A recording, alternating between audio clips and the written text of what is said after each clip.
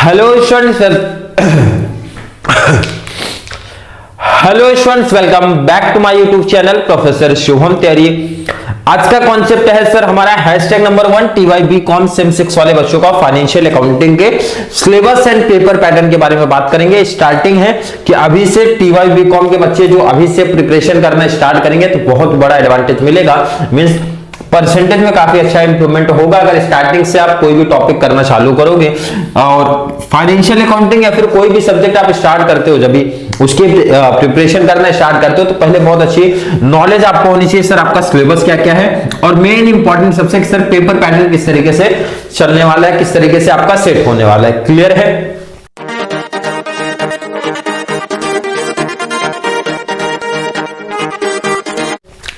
बात करेंगे sir syllabus आपका प्रैक्टिकल टॉपिक है कंप्लीट, जितने भी आपके सिलेबस में दिए गए हैं टोटल सर 5 टॉपिक है, 5 के 5 हमारे प्रैक्टिकल है। क्लियर? तो जो बच्चे एंडिंग में देखेंगे, मींस मुझे पता है काफी बच्चे कॉमर्स के वैसे भी एग्जाम टाइम आ जाता है तो वीडियो देखने वाले हैं, तो उनको ऑलरेडी कुछ इंपॉर्टेंट यहाँ पे चैप्टर्स और इजी चैप्टर्स पहले बता दूंगा कि कौन से इजी चैप्टर्स आप पहले पिक कर लो कि भाई उस चैप्टर्स पे 100% कॉन्सेप्ट क्लियर कर लो। केटी का टेंशन तो बहुत दूर हो जाएगा, मतलब केटी का तो टेंशन रहेगा ही नहीं, उल्टा आपका एक फाइनेंशियल अकाउंटिंग में भी एवरेज मार्क्स भी आपका इजिली आ जाएगा।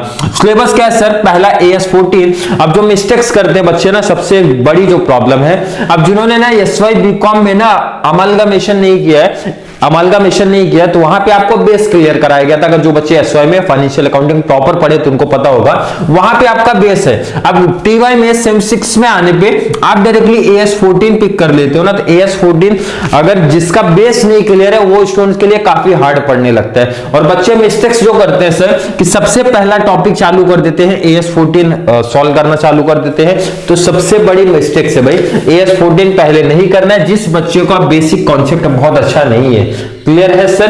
पहले क्या पिक करना आपको, सबसे इजी कॉन्सेप्ट में से एक है आपका ये, सब बच्चों के लिए भाई 20 आउट ऑफ 20 मार्क्स इस टॉपिक में मिलेगा, बहुत इजी है, कुछ लिमिटेड एंट्री है और कॉन्सेप्ट भी बहुत सिंपल सा है। सर कौन सा टॉपिक?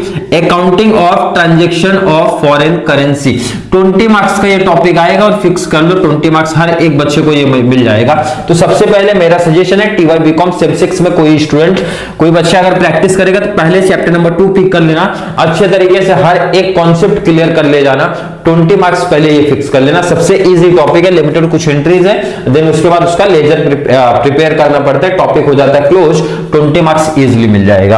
अगला topic sir liquidation of companies. Clear है? नेक्स्ट सर हमारा underwriting of shares and debentures. Clear concept है, इजी टॉपिक ये भी है। नेक्स्ट हमारा सर है accounting of limited liability partnership. अब ध्यान से सुन लो, समझ लो, सबसे पहला टॉपिक आप लोग को ये प्रैक्टिस करना है जिनका अकाउंटिंग थोड़ा सा वीक है, सबसे पहला टॉपिक ये कवर करेंगे।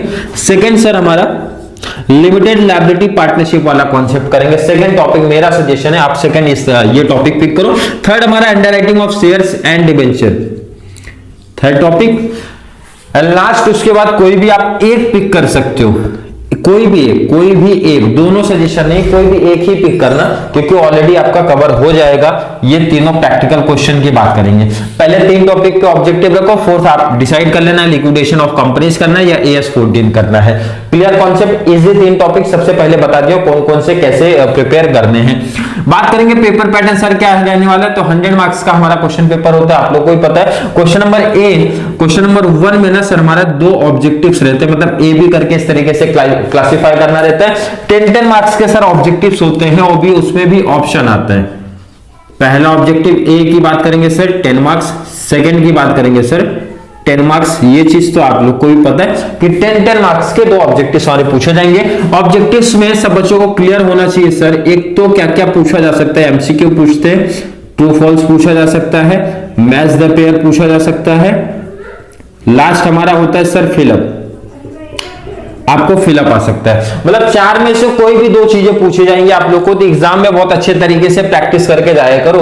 और मेरा सजेशन रहता है जो मैं अकाउंटिंग का प्रैक्टिस के लिए बच्चों को टिप्स देता हूं, भाई ऑब्जेक्टिव्स बहुत ज्यादा रटना नहीं है। पहले क्या करो, देखो सिंपल सा, जो हमारे एवरेज स्टूडेंट है जैसे कि मैं था, एवरेज स्टूडेंट की कैटेगरी में ही आता हूं, तो सर सिंपल सा मैंने जो प्रिपरेशन अपना किया ना, सबसे पहले मैं प्रैक्टिकल करता था भाई कॉन्सेप्ट, क्योंकि जब प्रैक्टिकल हमारे स्टार्ट होता है तो सर जो भी रहते, सर टीचर प्रोफेसर मैम जो भी है आपके, कुछ इंट्रोडक्शन मतलब थोड़ा बहुत चैप्टर के बारे में थोड़ा सा आपको गाइड कर देते हैं भाई चैप्टर क्यों पढ़ रहे हो, क्या रीजन है, इस चैप्टर में पढ़ेंगे क्या एग्जैक्ट। उसके बाद प्रैक्टिकल क्वेश्चन करते हैं तो काफी कॉन्सेप्ट हमारे क्लियर हो जाते हैं, भाई ये टॉपिक क्यों पढ़ा जा रहा है एंड इसमें कौन कौन से लेजर्स है, क्या एंट्री आएगी एंड उसका ट्रांसफर कहां पे होता है, मतलब काफी बेसिक चीजें हमारी क्लियर हो जाती है।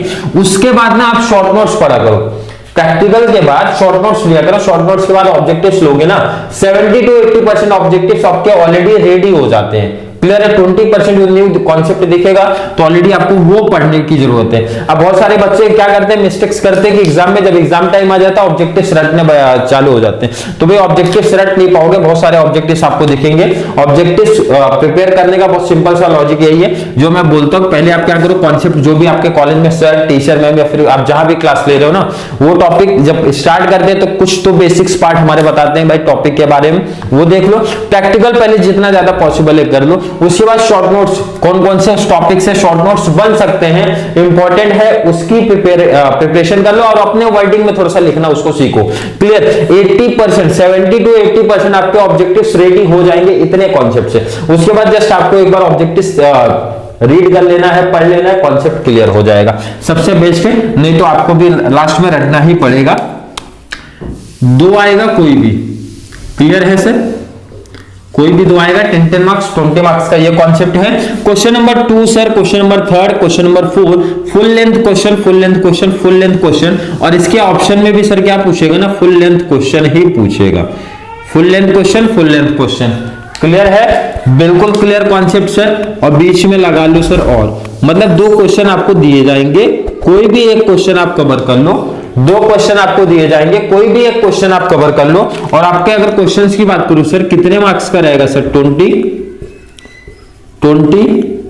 एंड 20, 60 का प्रैक्टिकल क्वेश्चन आपको आने वाला है। क्लियर कॉन्सेप्ट है सर, क्या बिल्कुल क्लियर कॉन्सेप्ट है। 60 मार्क्स प्रैक्टिकल सीए में भी है, 60 मार्क्स प्रैक्टिकल एफए में भी है। लास्ट हमारा टॉपिक होता है सर क्वेश्चन नंबर 5, जहां पे ए बी 2 लॉन्ग आंसर भाई आप लिख दो 10 मार्क्स वाले, 10 मार्क्स, या फिर कोई शॉर्ट नोट्स लिखो सर, एनी 4 out of 6, कितने मार्क्स का सर, 20 मार्क्स का।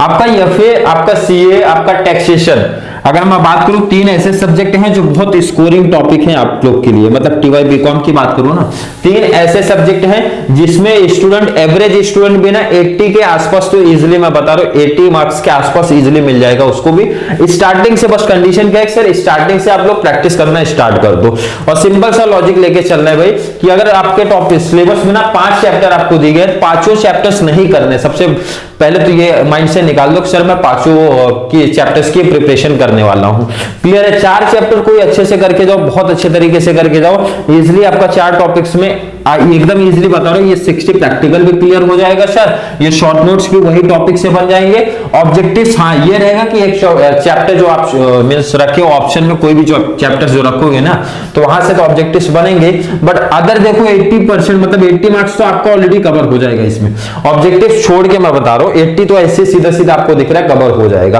क्लियर है सर, बिल्कुल क्लियर कॉन्सेप्ट है। अब जो टीवाई बीकॉम सेम 6 वाले बच्चे चैनल के साथ जुड़ते हुए उनको बता दिया हूं पहले ही, सेकंड फिर से बता देता हूं, जो हमारा सेकंड चैनल है आर्यन एजुकेशन फाउंडेशन,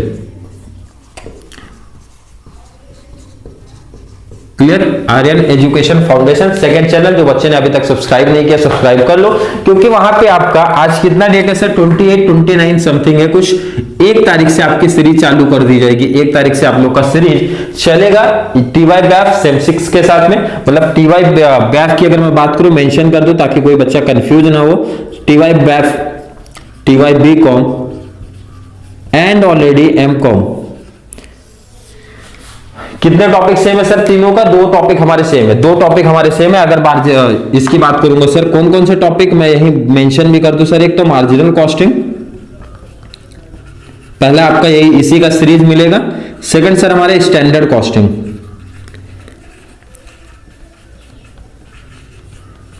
2 की सीरीज 1 तारीख से पहले आपको मार्जिनल कॉस्टिंग की सीरीज मिल जाएगी। और ध्यान रखना जो बच्चा सीरीज के साथ जुड़ेगा ना, कंटिन्यू नोट्स बनाना तैयारी रख दो भाई। बीकॉम वाले जो बच्चे ना, देखो बीकॉम वाले एमकॉम की प्लानिंग कर रहे हैं, सेम 1 में रिटर्न आपको ये सब टॉपिक्स मिलने वाले हैं, तो नोट्स ऐसा प्रिपेयर कर लेना भाई, आगे हम लोग को कोई भी क्लास कोचिंग की जरूरत ना पड़े और नोट्स हमारे काम आ जाए आगे भी। तो कॉस्ट अकाउंटिंग जितना भी आप पढ़ रहे हो ना, मतलब ये सेम 6 वाला ना आगे काम आने वाला है, 100% लिख लो भाई। एमकॉम में सेम 1 में 2 टॉपिक आएगा, सेम 2 3rd 4th कहीं ना कहीं, लेकिन हर एक कॉन्सेप्ट हर एक टॉपिक आपको मैच हो जाएगा। एंड बैफ वाले बच्चे भी जो आगे की प्लानिंग कर रहे हो भाई, एमबीए एमकॉम की प्लानिंग कर रहे हो, कॉस्ट अकाउंटिंग में भी आपका सब कॉन्सेप्ट ऑलरेडी आएगा। तो आप लोग भी क्या करना है कि नोट्स इस तरीके से प्रिपेयर करना, प्रैक्टिकल के शॉर्ट नोट्स के अपने वर्डिंग में ना, कि हम लोग को आगे यूजफुल हो। और इसमें तो बेनिफिट मिले ही जब एग्जाम से पहले रिवीजन के लिए। क्लियर है? 1 तारीख से सीरीज चालू कर दी जाएगी। जो बच्चे काफी डिमांड करते थे सर सेम 6 काफी पहले से स्टार्ट करिए, तो सेम 6 में ऑलरेडी 1 तारीख से सेकंड चैनल पे जो हमारे अकाउंटिंग के टॉपिक्स है ना, आपके अकाउंटिंग आपका सेकंड चैनल पे मिलेगा। बट ध्यान रखना आपको पहले सीए की, पहले कॉस्ट अकाउंटिंग की सीरीज आपको प्रोवाइड कराई जाएगी। कुछ टॉपिक्स होने के बाद, एटलीस्ट 2 से 3 चैप्टर्स होने के बाद ही आपकी एफए की सीरीज चालू कर दी जाएगी। बट ध्यान रखना दोनों साथ में नहीं चलेंगे। बच्चे कोई कमेंट में मत ऐड करना सर एफए चालू करो पहले, तो पहले सीए की प्लानिंग हुई है, क्योंकि सीए एमकॉम सेम 1 में है ना, तो वो लोग का बच्चों का 1 मंथ के बाद एग्जाम है, तो पहले आपको कॉस्ट अकाउंटिंग की सीरीज मिलेगी, कॉस्ट के बाद आपकी एफए मिलेगी। एफए में ऑलरेडी आपको 2-3 टॉपिक्स तो इजीली बहुत अच्छे तरीके से करा के दे दिए जाएंगे, जो छोटे टॉपिक्स रहेंगे भाई, जिसकी वीडियो बहुत ज्यादा लंबी नहीं जाने वाली है, मतलब वीडियो शॉर्ट रहनी चाहिए, तो ज्यादा एडवांटेज रहता है बच्चों लोग के लिए भी और हमारे लिए भी। क्लियर है सर? जो बच्चा बार बार बोला जा रहा है चैनल को सब्सक्राइब नहीं किया, सेकंड चैनल कर लो।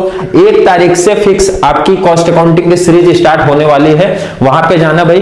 बहुत अच्छे तरीके से बहुत लिमिटेड टाइम में आपका एक टॉपिक इजीली करा दिया जाएगा। 4 से 5 दिन 6 दिन का गैप रखे गए आपको प्रैक्टिस करने के लिए। डाउट अगर बच्चों को आता है कमेंट में ऐड करने के लिए, उस मतलब एक टॉपिक जब हम लोग प्रैक्टिस करें तो 100% प्रैक्टिकल क्वेश्चन हमारे कवर होने चाहिए, ये ऑब्जेक्टिव है अपना। तो इसलिए वीडियो में थोड़ा सा गैप रखेंगे, क्योंकि हर एक बच्चा प्रैक्टिस कर ले। कुछ डाउट आ रहा है कमेंट में ऐड कर ले, या फिर वीडियो थोड़ी सी भी हेल्पफुल लगेगी तो वीडियो को लाइक करना, अच्छे कमेंट ऐड करना सेकंड चैनल वाले पे।